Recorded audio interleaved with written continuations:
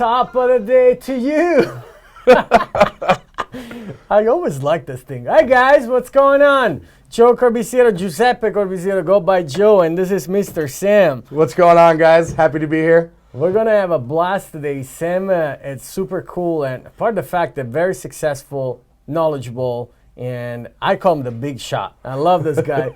But, you know, we're going to talk about some interesting things. If you guys are logging in or you're just seeing the beginning of the show, I totally recommend you to watch the whole thing because I'm going to be throwing some golden nuggets with this guy here. We're going to be talking about entrepreneurship, what it entails to be so successful, not just in real estate, but in life, because you're super successful. This guy. Thank you. What did you write recently? Like, I love my life. I did. Yeah, I do love my life. I put that on Facebook. Yeah, that's that type of guy. You know what I mean? I love my life. No, I don't know many people that can claim that. You know what I mean? Without always caught up with all this BS, like the president's bullshit here and all, like the whole thing going on. He's super busy, loves his life, has a big, amazing wife, children, and so on. So we're going to start all this. Sam is the owner of Big Block. What's Big Block? Well, Big Block is this thing on? Hello? You can't speak unless you're holding the mic. Okay. That's it. So, you know, Big Block was really started for one reason, and that was to just give agents back control of their business. When I was acting as an agent, I just couldn't find a place that I wanted to work. Either it was too expensive, or the service wasn't there, or the culture wasn't there, or the training wasn't there, or everyone there was just a jerk or not fun to be around. I could never find a place that I wanted to be. So we just said, you know what, we're gonna create a brokerage for agents by agents, and that's what we did. So we've had a lot of success, we've had a lot of fun. But we just focus on doing what's right for the customer as opposed to what's easy or right for us. Right. And it's interesting because, I mean, there's a bunch of 100%, brokerage out there that literally, that's our website, that literally supported zero. You know, you just send your license and this disappeared. They can care less. What do, what you don't do, you produce, and you don't. The thing that fascinates me when I got to know you at the beginning, it's that not only it's 100% brokerage here, 100% commission, you actually provide so much stuff. I mean, we just came from the winner circle. I actually like to show off my little pin. And I like it when you show off your pin. And, we were in Palm Desert, closing this huge room with you and all the top producers in San Diego, which, watch out. I mean, the top producers at Big Block Realty, they're literally the top dogs in San Diego. This is Not true. kidding. One of the reasons why we joined Big Block is because of that. I started looking at people like the Greens, 200 plus transactions, Zandra Loa, 100 plus, Comstock. I mean, I can give a bunch of names, like literally the best teams and real estate agents in San Diego right now that are under the Big Block. Thank you. So I wanted to be the underdog of your company. I'm like, let's get to work. Yeah, now you got some big numbers to beat. Exactly. And you're going to do it. Thank you. I know I will. Yeah. That's my mindset. I like to grind. I like to be the best where I'm at. That's how it works. So you closed us in a room for 3 days, and I've been coaching for over 4 years, with different coaches and whatnot. And I'm not just telling you because you're here. I learned so much in 3 days in Palm Desert than probably 2 to 3 years of coaching. Wow. Thank you for saying that.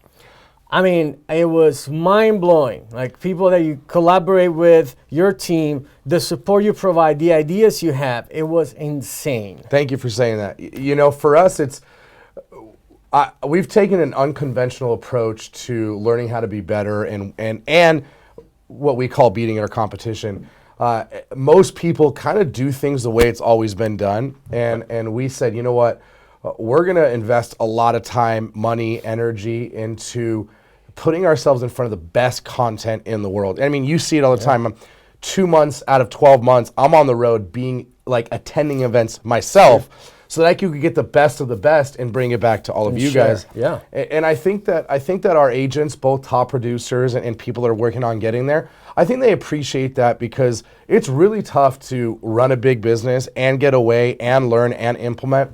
But if we can leverage our staff, leverage our people, leverage our time, and we can go get the best nuggets and make the best connections. I mean, we had Tristan from Lab Coat Agents come out to the event. So if we can go out and do all the hard work and bring it back for you guys to win with, I think that's a lot. I think that's a better offer than 100% commission, to be honest with you. We've always said that if people join the company because of 100% commission, then they'll probably leave for 100%, or they'll leave for more money. Totally. So our goal has always been, let's give them so much value everywhere else. And it doesn't matter what the business is, Joe. Like for you, you do the same thing with your clients. I see it all the time. Give them so much value that the actual transaction is just the icing on the cake. So for us, we want to give you so much value as an agent, so much support, so much training, so much culture, so much fun, that when you get 100% of your check, that's just the icing on the cake, Totally. right? I agree, and that's exactly what's happening. And our environment, it's fantastic, man. You go in, everybody's happy. It's like, it's nice. The energy is amazing, And Thank we you. talked about, you and I, about mindset. What it takes to be successful. You do the 5 a.m. club calls, right? You have so much going on, closing table. Yes. And so I want you to talk about all this stuff. So a bunch of people out there, I always preach this. I mean, I'm the little guy here in the real estate, right?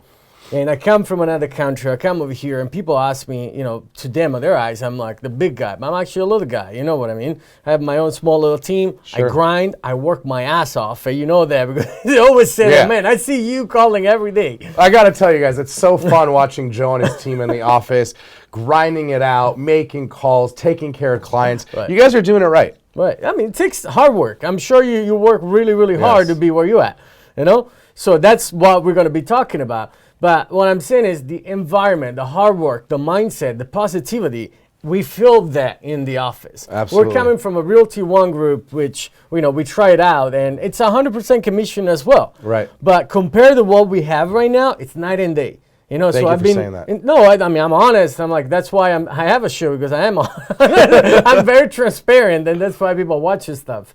So, we're not just here to preach about big block realty, but literally it's about the environment that we're into it. Yes. And what really, to me, it makes me curious, and I want to know, and I will love if you can share with people out there. It's like, so you went from opening a brokerage, right? Yes. Like anyone else could do, get a broker's license and open a damn brokerage. Right?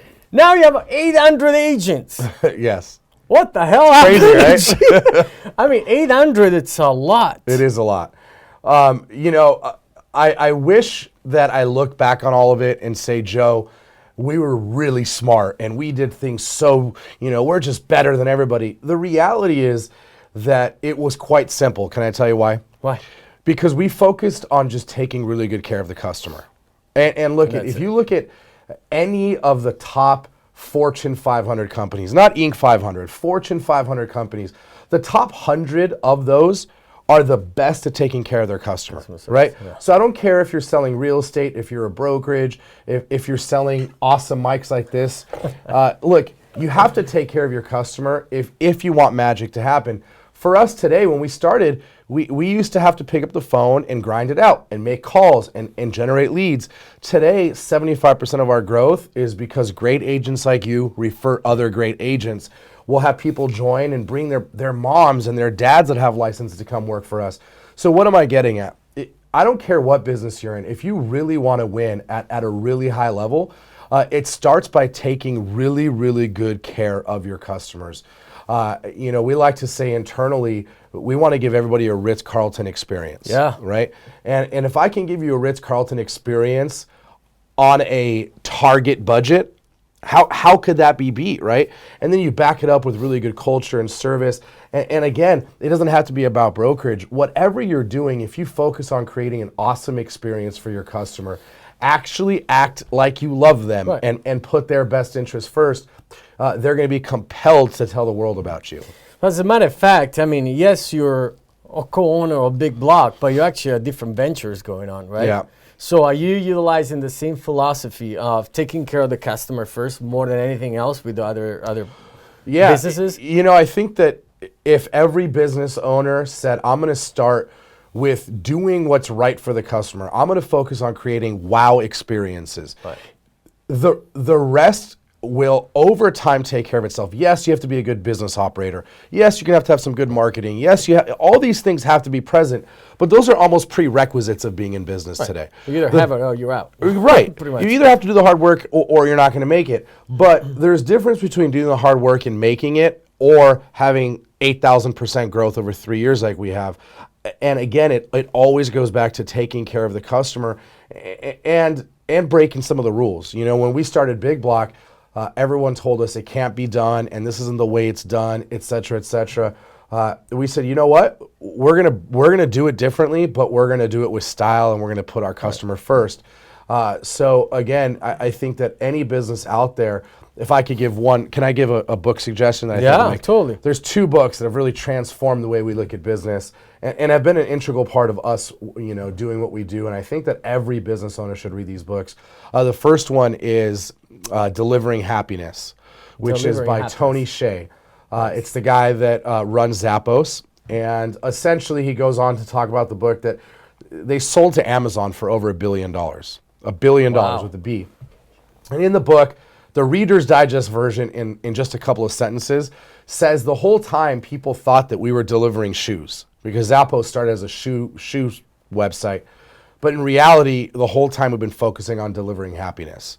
And by delivering happiness, they won the game. And there's stories in this book where you could call Zappos, never been a customer, Joe. We could call them right now and say, hey, you know what? We're on the set. We'd like some pizza. Can you get some pizza delivered to us? And the customer service rep will actually get on the phone, find you someone to deliver you pizza, and send it. Wow. And you know, it's interesting because on their customer service floor, they're not measured by how fast they hang up with someone. They almost rather you be on the phone longer because they want you to take care of people. And get this, they give their customer service reps their what's the word I'm looking for? Moving up in the company, their promotions. Part of it is based on the amount of gifts that they've sent to customers. So if you call and you sound like you're having a bad day, they might just send you flowers and say, "Hey, Joe, sorry, it sounds like you're having a rough day. Hope these flowers brighten your day up." Do they have to do that? No. Can you quantify that this is going to work for you? No. But when you do these sort of things, magic happens. So the first book is Delivering Happiness. The next book is a book about Ritz-Carlton, which is called The New Gold Standard. And the thing is if you've never stayed at a Ritz-Carlton, you think it's just another hotel.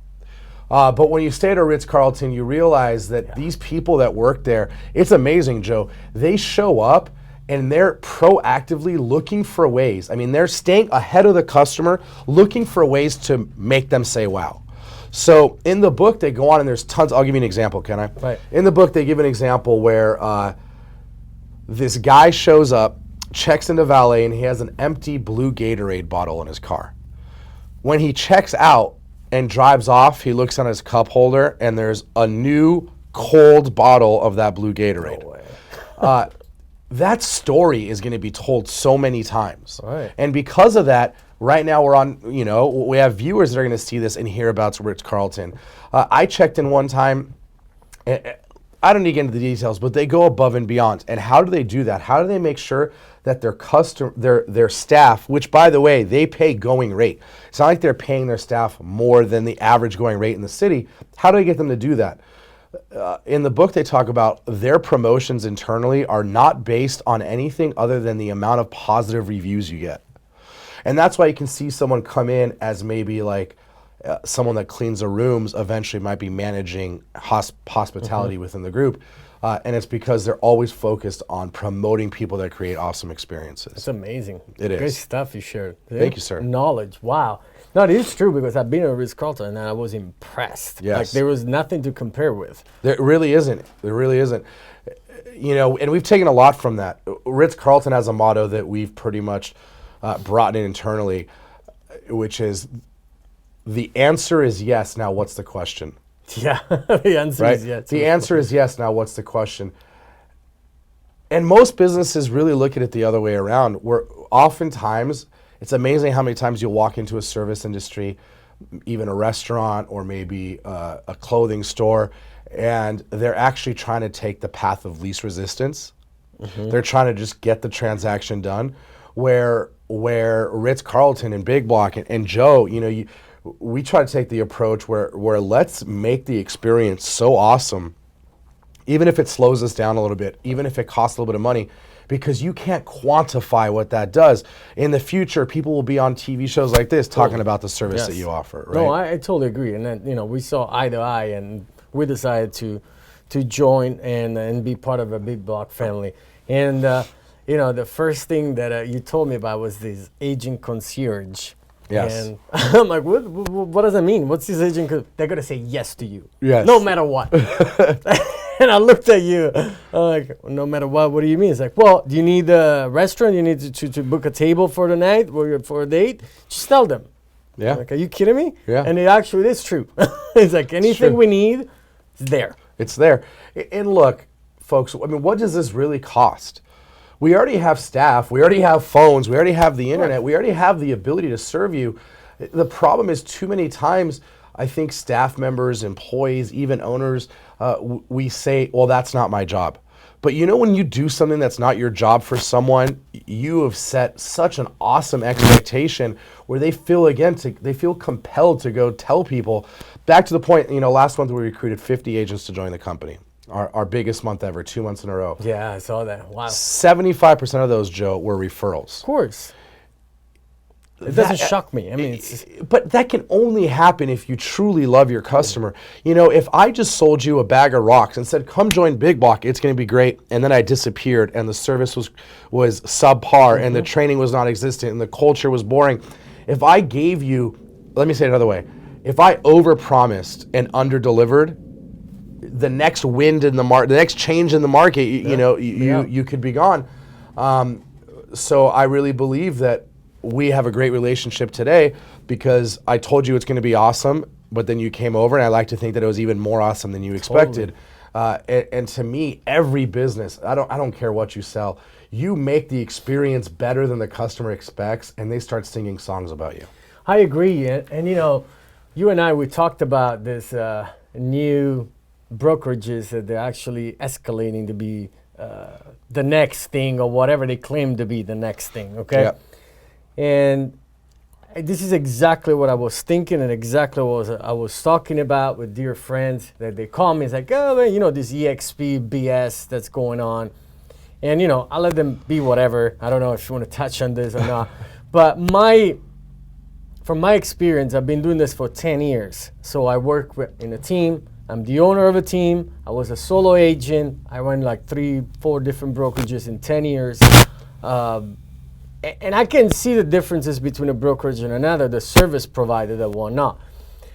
Now, we are in a brokerage big block that it's had 8,000% growth in the last 3 years. And Right. you just, in a few words, told us why. It's about taking care of your people, right? Yes. And being ahead of the game. One thing is that I appreciate about you is that you don't even produce. You're just a broker there to go around and learn as much as you can to share with us so we can go out in the field and kill it. Yeah, I'm not even the broker. I don't even have my license. We have a broker of record. Right. His name is Spencer. He's also an attorney. I look at this, and I think you do too.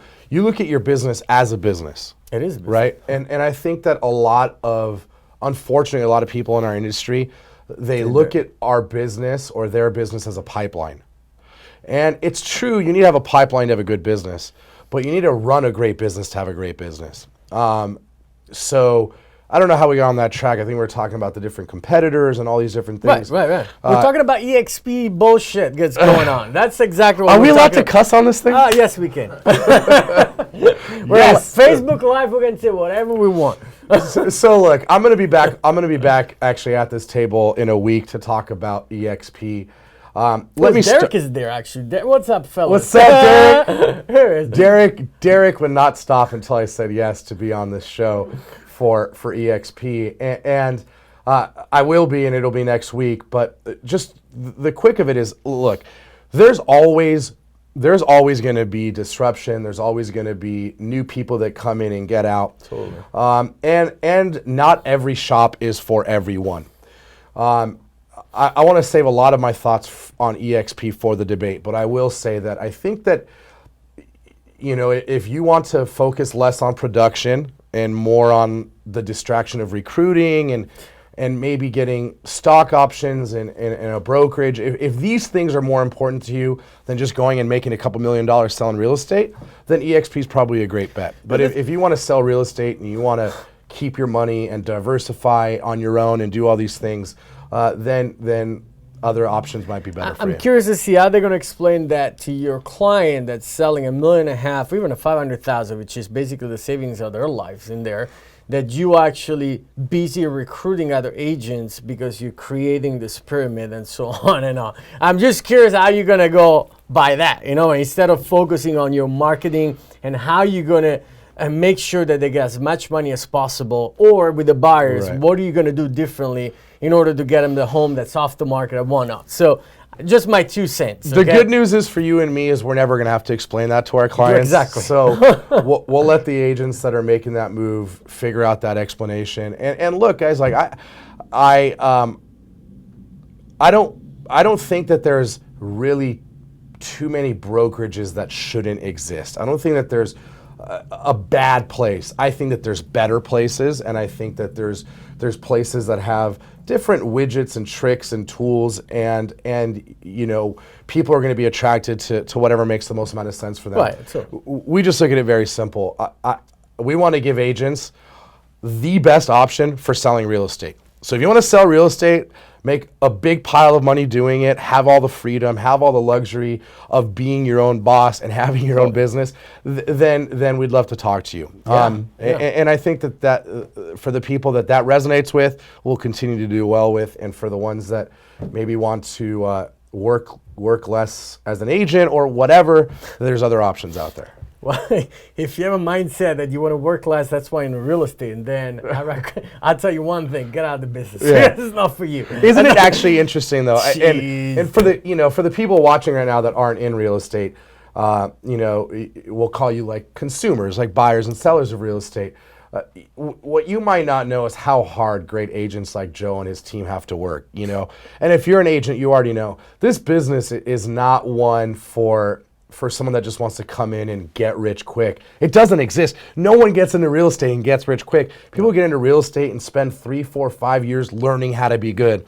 And then the next 5 years learning how to grow. And then hopefully maybe 10, 15 years in, you're rich as shit. And you're making good money. Exactly what it is. And you've placed some good bets. But I'm always so impressed seeing agents like you that could come in and sell 50, 60, 100, 200 houses. Let me give you a stat that'll blow your mind. There's 22,000 licensed agents in San Diego that are paying dues. Do you know how many have sold more than 6 or 7 houses in a year? 6 or 7, which is just pretty much the poverty line in San Diego. 22,000, I want to say, 2,000 people? 750. Holy crap. Right? And this is a data that's a little bit old, so I'll come back with more data next time. But how is it possible that at 22,000, only, let's just call it 1,000 of them are selling more than 7 or 6, which in San Diego is just above the poverty line? And I think it's because a lot of people get into this thinking it's going to be easier than it is. Yeah. Right? And I think that they get wrong advice and wrong training and all these different things. So yeah, I guess what I'm saying is I'm just so pumped for great agents like you that can really go against the odds and come up against 22,000 agents and be one of the maybe the less than 100 that did the production you did. You should be really proud of yourself. Thank you, brother. Yeah, I remember when I got here 10 years ago, studying for my real estate license, a dictionary next to it. I didn't know what the I was talking about this thing. That's great. So I had the dictionary. There were some friends of mine that keep... You're throwing your fingers in it. My God, we're talking fee simple? What's a fee simple? And you go on the dictionary, try to figure it out. I mean, it was brutal, the first year here, and then here you go. You work your ass off, literally you work your ass off, and that's what I keep on doing. I'm getting to another chapter of my career. We're building a team and expansion teams in Miami, and then we're going to be opening another one. I'm not going to tell you now, but I will tell you when we open. It's going to be in California, and so on. So, and then you talk about wealth, okay? So you're in real estate, we're in real estate, we're selling a lot of homes, we're making money and whatnot. Now, I think, like you probably know really well, and I heard this from somebody years ago that's very wealthy. He said you have to differentiate your investments. Yeah, You've you gotta done that. diversify. Absolutely. You know, especially as a real estate professional, a loan officer, a vendor, the unfortunate reality of our business is there's highs and there's lows, and there's no getting around that. There's no getting around the ups and the downs in real estate, and the fluctuation of income that comes with that. Right. And I was really fortunate enough to see both sides.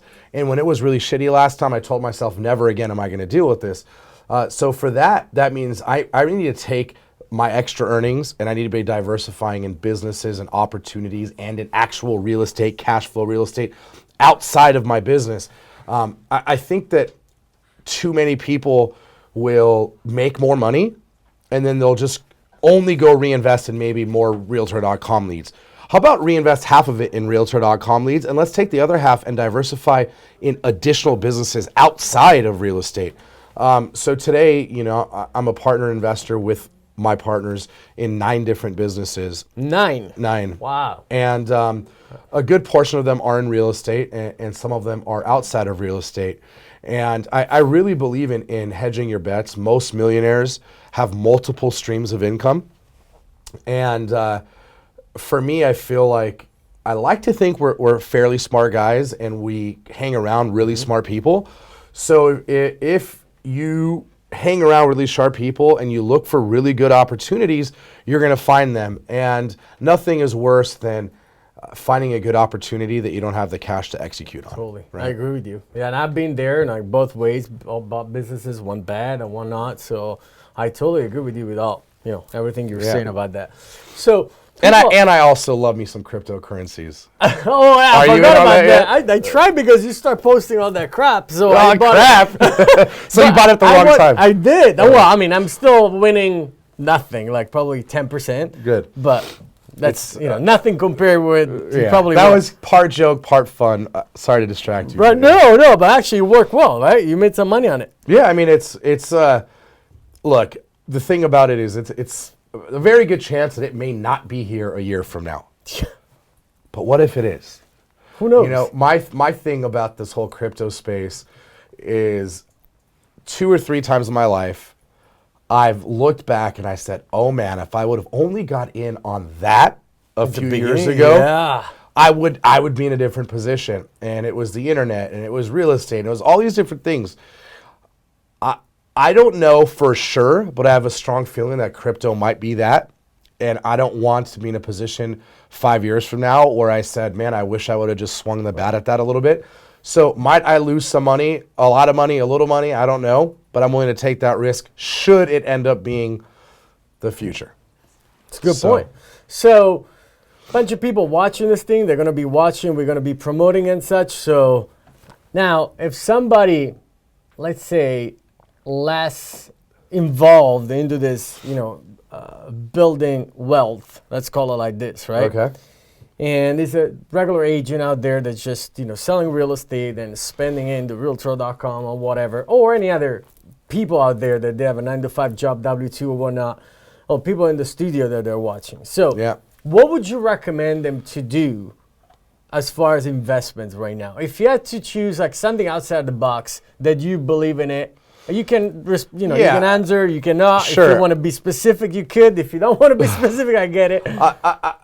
I think that there's a lot of different things to invest in. First, let me give you a thought on how to get there. And second, we'll start with where I would put it. If you're not investing, if you're not already diversified in a number of different things, I would probably start with investing in cash flow property. And I would get into some sort of syndication deals. I would partner with a handful of my buddies and maybe get $100,000 together, maybe 20 grand each or 15 grand each, and go into a multifamily. So I'd say if you're just starting to diversify, if you have an extra 10, 15 grand a year, I would look at getting into actual owning real estate. Outside of that, it's all a matter of like how much risk you're willing to take. Right. You know, when I had a little less dollars than I do today, I wanted to take less risk than I do today with a couple extra bucks in my pocket. So I think you should seek counsel and do what you feel comfortable with. But I'll say I think the easiest place to start is by saving 10% of every check that comes in. So if you're just like a regular W-2 earner, you have a job, you're working at wherever it may be, I would start by putting 10% aside, but not, this is where people I think lose, is they put it into like a savings account that every time they look online, they see it and they want to spend it. I'm a big advocate of taking that money, putting it onto a prepaid credit card, putting it into a cup of water, and putting it in the freezer so it freezes.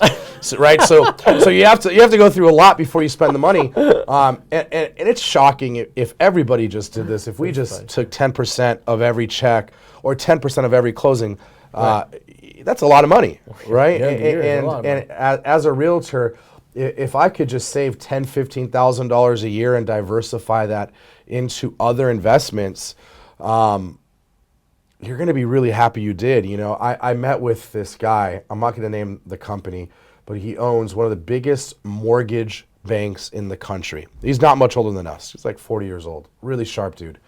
The guy owns restaurants. He owns bars. He owns buildings. He owns title companies. The guy is so diversified that if real estate disappeared tomorrow, which it won't, he's still going to be rich as shit, right? But it's a conscious decision to make those sort of investments and not get tied up in a lot of the distractions that seem to be get rich quick.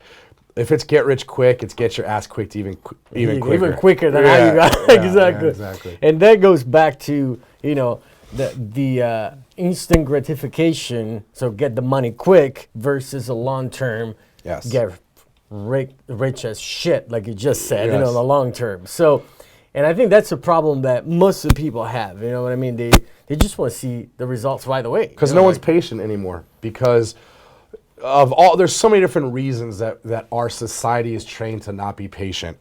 But when patience is actually executed in business behind the right efforts, you're going to win. It's like gravity, you know, like if you're doing the right, like, dude, I see what you're doing and I know where you want to go. It's a virtual impossibility that you won't get there because it's like gravity. You put in the time, you put in the effort, it's going to work long term. And it is different than anyone else is doing. Look, these expansion teams around the United States and different venues and different businesses and stuff. And you're being patient with it. You just said, you know, 10 years ago you just got to the States getting your real estate license. I think that most people get their real estate license and they think year one they're going to sell 50 houses, 100 houses. For most of us, that's not the reality, right? You got to be patient. You got to be hungry. You got to keep focusing on improving your skills and your versatility and all these different things that make the difference. Totally. I agree with you. So we're pretty much close to wrap up this show. We want to keep it too long for you guys. That's a good question there. How does someone meet other individuals with the same mindset? That's a good question. Look, this is, to me, really, really easy. When you're looking for someone, what I'm assuming you mean, Nick, by the same mindset is someone that has a strong or a positive mindset, is I'm assuming what you mean, or clarify if you'd like. This is what I know about people that you want to talk with, people like me and like Joe. We love talking to people that want to do well for themselves. Totally. Nothing is more motivating than me than going to lunch with someone like you, Nick, and talking about how we're able to do what we've done and maybe help you have a few breakthroughs of your own. So what's my point? Find someone in your local community that you look up to, a successful businessman, businesswoman, and just call them and ask them to lunch. And one or two might say no, but you're going to find people that do. So one, I would say reach out to people. Two, folks, association of environment is everything. Totally. You know, you can't do epic shit with basic people. Reality, pure reality. So my suggestion would be to you, Nick, consider joining a mastermind or a group that maybe you have to spend some money to be a part of, or go create it on your own and be the creator of this environment. But pick up the phone, talk to people, go to events. I mean, dude, I never graduated college. I barely graduated high school. I just went to seminars and hired coaches and joined masterminds and all that stuff. And I think, there was several, big gurus here that they talk about you become the average of the people you hang out with, and your bank account is going to be the average of the people you hang out with.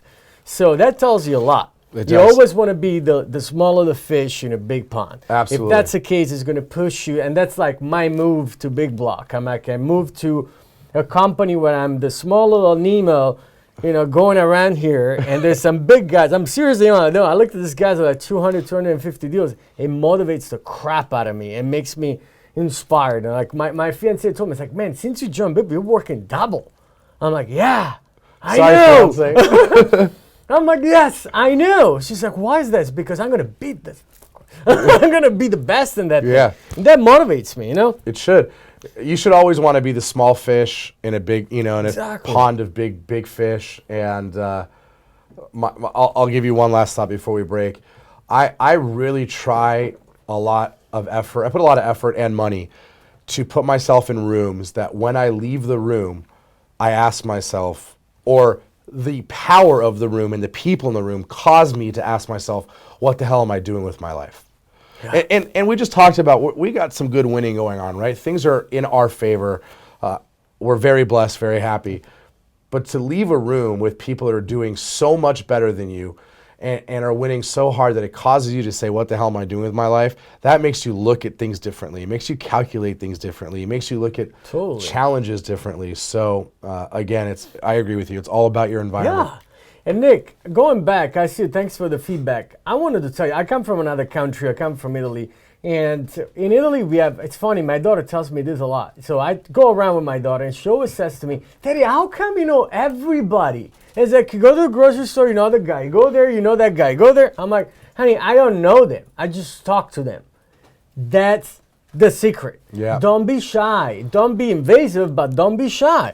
Go to somebody and say, hey, I noticed you're on Facebook or whatever, or you own 2,000 units.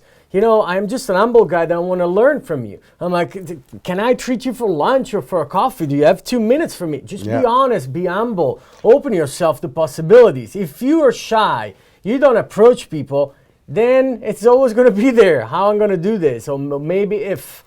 Totally. I'll tell you, if you want an ultimate door opener for anybody that you look up to, call them, email them, write them, and ask them what you can do for them. Exactly. Too many people that are of authority and maybe motivate people. People reach out with their hands out. What can you do for me? Hey, I want to get there. Hey, how can you give me advice? As opposed to calling someone like Joe and saying, hey, Joe, looks like you're killing it. You really motivate me. I love watching what you're doing. What are 2 or 3 of the most exciting things you have going on that I could personally help you with? Yeah. And you're going to say, holy shit, really, dude? And right? And that makes a big difference. Totally. Like, it happened recently, actually. I went to another team's office 2-3 weeks ago. These guys are killing it. They have like 50 properties in escrow right now. Wow. And I'm like, Jesus Lord. That's a lot. It is. So, and we talked a couple of times, and it's exactly what they told me. Joe, I saw your business is growing tremendously. You have a great team. It's like, what do you do to keep them all together? You're the glue for this team. I'm like, I'll come to your office. I know you guys are super busy, and I'll tell you that, but I would like to pick your brain. We spent 3.5 hours in this room. I'm not kidding. My head hurt. It was hurting when I left. Collaboration. Like, wow. I left with so much knowledge and tips. I had my agenda. I was like, I couldn't write stuff down fast enough. I love it. And they were super happy. I was like, oh, thank you so much. And from there, we actually are looking into doing a venture together in another business. So it's like, expose yourself out there. I think that's the secret. Expose yourself out there. Just like you said, don't be shy. Don't be a service. Yeah. You want to bring something to the table. Always about friendship, right? I always tell this. You reach a point with friends, then you start wondering, it's like, okay, what are you bringing to the table? It's not about talking selfish here. I know. It's about what are you bringing to the table that I can benefit, because I am 100% sure that I bring stuff to the table for you. Yeah. It's tough, dude. It's really tough as you start to grow and some of your friends will just stay at different levels. Right. And it doesn't mean that they're not your friends anymore. It just means that you have to make a conscious decision to proactively be around other people as well. Right. And I'll throw this out there for anyone that's looking for a strong environment. I run a really strong mastermind with some friends called Closing Table, which it's for 95% of us in the real estate space. It might not be for you. It's for the best of the best of the best, people like Joe and a lot of other top producers out there. If you want to learn more about it and you want to be in part of an environment and you do consider yourself to already be winning at a high level, we'd love to have you in our group and love to hang out with you. You can go to closingtablemastermind.com, closingtablemastermind.com to learn more. Awesome. Well, we're going to wrap it up. If you guys have any other questions, feel free to write it there. Thank you again. This is Sam. You can reach your Big Block Realty. Giuseppe Corbisiero with the Dream Homes team, powered by Big Block. Talk to you soon. Ciao.